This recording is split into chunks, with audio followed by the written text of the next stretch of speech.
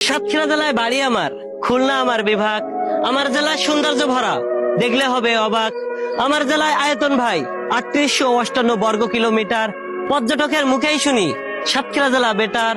আমার জেলার আবু জাফর সাহিত্যিক কবি ছিলেন, সাবিনা ইয়াসমিন কণ্ঠ দিয়ে বিশ্বখ্যাতি পেলেন। আমার জেলার কাঠার মাস্টার বিশ্বব্যাপী চেনে, সুম্বর কথা বলতেই হয় আর খান বাহাদুরকে সবাই জানে। আমার জেলার রসগোল্লা দুধের তৈরি ঘোল, লবণীয় সাথে ভরপুর ভাই ভেটকি মাছের ঝোল।